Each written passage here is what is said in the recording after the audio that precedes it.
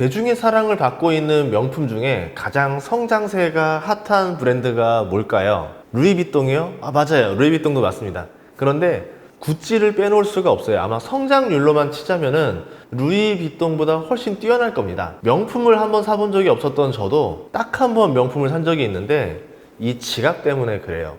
이 지갑을 사게 된 이유는 제가 잠시 뒤에 설명하도록 하겠습니다. 근데 구찌 가방이라던가 지갑이 5년 동안 5배가 오르지 않았어요. 가격이 그렇게 오르진 않았고요. 매출도 5배가 늘어나지도 않았습니다. 그런데 이 주가는 5배가 올랐다라는 거죠. 2016년 당시 몇 유로였냐면 156유로였는데 지금 2021년 현재 구찌의 주가가 732유로로 약 5배 상승을 했습니다. 어떤 이유가 구찌의 주가를 5배나 끌어올리게 된 걸까요? 우선 구찌라는 브랜드는 있지만 구찌 주식은 없어요. 이거는 명확히 하고 가야 돼요. 명품 브랜드를 인수해서 모은 캐링이라는 그룹이 있어요. 프랑스 가구 회사로 시작을 했는데 야금야금 명품 브랜드를 모으다 보니까 이제는 LVMH처럼 똑같은 규모, 좀 비슷한 규모까지 올라왔습니다. 여기에 이제 구찌가 속해 있기 때문에 우리는 캐링 주식을 사서 구찌에 투자할 수가 있는 거죠. 캐링 같은 경우는 구찌의 비중이 거의 절대적이기 때문에 구찌의 매출이 캐링의 주가다, 이렇게 볼 수 있습니다. 구찌 같은 경우는 삼형제의 난이 일어났었어요. 뭐 우리로 치면 왕자의 난, 이렇게 볼 수 있는데 그때 회사가 굉장히 위태로워졌죠. 왜? 이 기업은 브랜드 기업이기 때문에 형제의 난이 일어나면은 브랜드 가치도 떨어질 수밖에 없었죠. 이때 첫 구원 투수가 누구였느냐? 당시 29살이던 톰 포드였어요. 크리에이티브 디렉터라는 직위로 등장을 합니다. 뭐 대표면 대표지, 수석 디자이너지, 크리에이티브 디렉터가 뭔가요? 라고 하는데, 예를 들어 내가 제품 하나만 기획하는 게 아니라 이 제품을 전시할 매장의 디자인, 그리고 브랜드에 대한 로고라던가 브랜드 계획, 그리고 홍보, 브랜드 전체를 다 총괄하는 절대적인 권한을 가진 자리를 크리에이티브 디렉터라고 부릅니다. 톰 포드 같은 경우는 어떤 컨셉으로 갔냐면 아무래도 미국 쪽에 물을 많이 먹었어요. 그래서 섹슈얼 컨셉으로 갔습니다. 어떻게 보면 크로스 섹슈얼. 남성이라 그러면은 여성의 느낌이 좀 나고 여성이라 그러면 남성의 느낌이 나면서 좀 뭔가 신선한 시도를 했었던 거죠. 먹혔냐 안 먹혔냐? 굉장하게 잘 먹혔죠. 90년대 후반에 가장 인기 있는 브랜드로 올라왔습니다. 예전에 뭐 구찌라고 하면은 과거에 좀 부유하고 클래식하고 좀 보수적인 이미지, 좀 연령층이 높은 사람들이 사랑하는 브랜드라는 느낌을 가진 게 구찌였다라고 하면 톰 포드가 등장하고 나서는 젊고 섹시하고 혁신적이고 트렌디한 이미지로 변신을 성공하게 돼요. 구찌가 톰 포드 영입이 정말 신의 한 수였다, 이렇게 볼 수 있겠죠. 하지만 구찌의 브랜드 정체성, 이탈리아의 정통성이 부족하다, 뭐 이런 이슈도 있었고요. 가장 중요했던 건 매출 하락이 됐어요.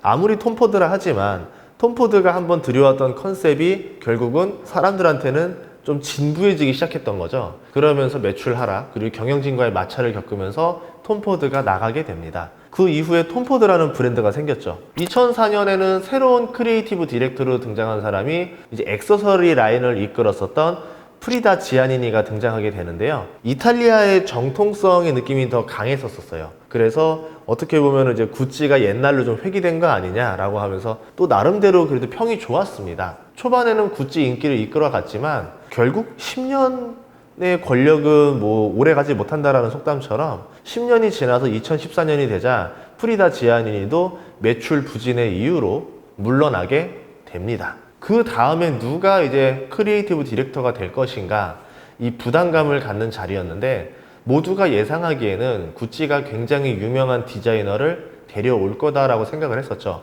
그런데 깜짝 인사를 발표합니다. 프리다 지아니니 밑에 있었던 내부 인사를 전격적으로 승진을 시키는데 그게 바로 알렉산드로 미켈레예요. 외모를 보면 깜짝 놀라죠. 어우, 저런 외모 굉장히 막 디자인 잘할 것 같이 생겼다라고 하는데 어쨌든 미켈레는 굉장히 그 둘을 섞어놓은 듯한 느낌이에요. 좀 혁신적이면서도 이탈리아의 정통성을 섞어놓은 형태다라고 보시면 돼요. 2015년에 등장해서 구찌를 완전히 바꿔놓는 인물로 됩니다. 그러니까 한마디로 미켈레 등장 이후로 구찌의 주가가 5배가 올랐다라고 보시면 돼요. 이때 제가 구찌 지갑을 사고 싶다라고 느끼게 만든 인물이 미켈레였습니다. 미켈레는요, 이 미니멀리즘이 선도하는 때에 맥시멀리즘이라는 거에 도박을 걸어요. 그러니까 좀 뭔가 다 작은 느낌일 때 조금 오버슈트, 오버핏 이런 걸 등장을 시켰죠. 결과는 대박이 났습니다. 그리고 이제 명품 브랜드이기 때문에 디자인을 바꾸는 게 굉장한 부담일 거란 말이죠. 그런데 구찌의 기존 문양에다가 화려한 패턴이라던가 촌스러운 색상을 입혀요. 굉장한 도박이겠죠. 이러다가 브랜드 자체가 송두리째 망할 수도 있잖아요. 근데 결과는 어떻게 됐느냐? 또 대박이 납니다. 또 정통 구찌 패턴 위에다가 이런 동물 패턴을 입힙니다. 동물 패턴을 입혔어요. 근데 이 동물들이 귀여우면서도 한편으로는 강렬한 이미지를 줘요. 뭐 여러 가지 의미가 있어요. 뭐 강렬함, 열정, 귀여움, 뭐 오래 살 수 있는 어떤 욕망, 뭐 이런 것들부터 여러 가지 들어가 있는데요. 이 정통 구찌 패턴 위에다 동물 패턴을 입히면서 다양한 이미지를 변신을 시도합니다. 결국 이것도 대박이 나요. 뭐 정리를 해보자라고 하면 검정이랑 갈색이 보통 이제 명품 브랜드들이 쓰는 디자인인데요. 이게 권위랑 지배를 상징해요. 가죽이라던가 블랙이라던가 이런 것들은 권력의 상징을 의미하는 거죠. 살구색, 선홍색, 붉은색 등 같은 경우는 화려함이에요. 이게 미켈레가 썼던 거예요. 전혀 권위와 지배와는 동떨어져 있는 무언가를 추구했던 거죠. 그리고 꽃나비 뱀은 어떻게 보면은 지배자가 쓰는 형태보다는 우리가 알고 있는 그 일반적인 패턴들, 강렬함, 열정 이런 거에 맞는 각자에 맞는 상징성들을 각자 가지고 있었거든요.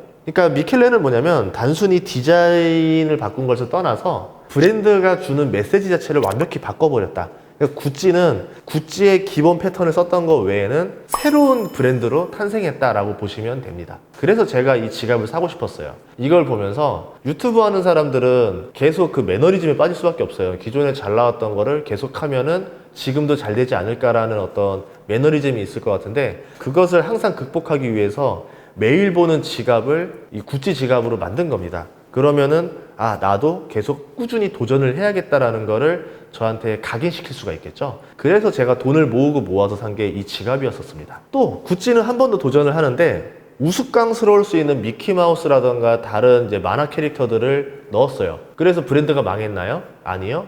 역으로 대박이 났죠. 어떻게 보면은 정말 역발상 투자가 중에서도 여러 번 히트를 치는 역발상 투자가죠. 근데 이게 우연이 아니라는 거죠. 한두 번은 우연일 수 있지만 5번 정도가 연속이 되면은 이거는 절대 우연이 아닙니다. 보도로 계산이 된 거죠. 이 공통점은 기존의 명품 브랜드들이 가졌던 무거움보다는 밝음을 선택했다라는 점, 그리고 이렇게 밝아진 색과 문양 패턴이 밀레니얼 세대들에게 먹혔다라는 점입니다. 젊은 세대가 선택한 구찌는 이제 앞으로 그들이 늙어가는 동안에도 오랫동안 사랑을 받을 수가 있겠죠. 그러니까 앞으로 구찌 주가는 한동안 꽤 잘 나갈 것이다라는 거를 잠재적으로 예측해 볼 수가 있습니다. 그리고 당시에 변신에 성공하지 못했던 브랜드들이 있었는데 페라가모라던가 아르마니 같은 이탈리아 브랜드들이 있었어요. 여기는 이제 젊은 세대들의 선택을 받지 못하고 한물간 브랜드의 느낌을 주게 됐죠. 캐링의 주가가 5배가 오른 것은 이제 지난 일이고요. 우리는 앞으로 5년 동안 5배가 오를 주식들을 찾아야 됩니다. 구찌가 보여준 교훈은 지금 잘 나간다고 안일하게 있으면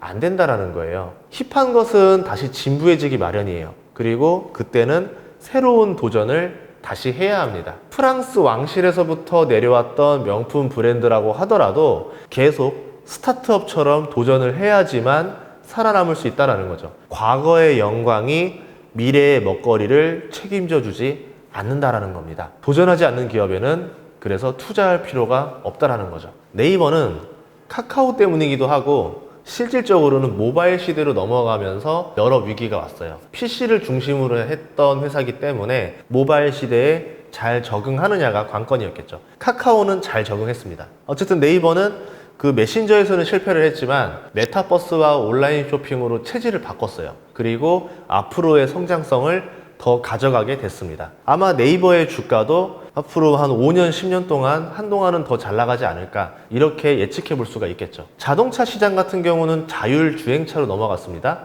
그래서 하드웨어를 가진 완성차 업체, 소프트웨어를 가진 빅테크 업체 간의 경쟁이 시작됐어요. 구글카, 애플카 같이 이제 뭐 빅데이터라던가 AI, 플랫폼을 중심으로 하는 이제 감성까지, 이걸 중무장으로 한 빅테크 업체들의 자동차, 전기차, 자율주행차 공격 속에서 현대라던가 도요타, 폭스바겐, GM 같은 회사들이 어떻게 살아남기 위해서 어떠한 변신을 시도할 것인가, 이것을 잘 봐야 되겠죠. 영화관은 코로나로 인해서 상당한 피해를 받습니다. 그리고 그 자리를 넷플릭스라든가 웨이브, 티빙 같은 OTT가 빠르게 들어왔는데요. 이제 영화관은 기존과 다르게 변신을 하지 않으면 살아남을 수 없는 지경에 이르렀어요. 굉장한 위기입니다. 방송국도 유튜브 그리고 OTT로 인해서 상당한 타격을 받았습니다. 방송국도 마찬가지로 다른 공식으로 접근을 해야지만 이제 살아남을 수가 있을 거라는 거죠. 그 변신에서 살아남은 기업은 수명이 연장될 거고요. 변신에 성공하지 못한 기업은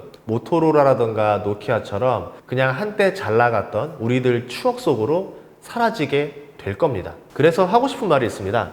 주식은요, 인문학과 같다라는 거예요. 어떻게 보면 주식이라는 건 재무제표라던가 기업의 실적이라던가 기술력이라던가 이런 것이 중시로 여기될 수도 있겠지만, 기업이 가진 철학, 기업이 가진 변신, 그리고 CEO의 리더십, CEO의 생각, 이런 것들도 기업에 엄청난 영향을 미친다라는 거죠. 그래서 제가 인문학을 굉장히 사랑했었고, 인문학을 공부한 이후부터 주식 투자에 많은 도움을 더 많이 받았습니다. 그래서 여러분들도 인문학 공부를 게을리 하지 않았으면 좋겠습니다. 지금 제가 말했던 것도 이 책, 주식의 심리 돈이 되는 인문학인데, 이 책에 있었던 내용을 바탕으로 썼습니다. 참고로 이 책 저자가 저예요. 그래서 뭐 상관없어요. 저는 제 내용을 바탕으로 쓴 거기 때문에. 그래서 여기에 있었던 내용들 중에서 괜찮은 내용들을 시리즈로 몇 번 더 영상을 뽑아서 쓰도록 하겠습니다. 그러니까 구독과 좋아요 많이 눌러주시면 제가 또 힘내서 더 찍어보도록 할게요.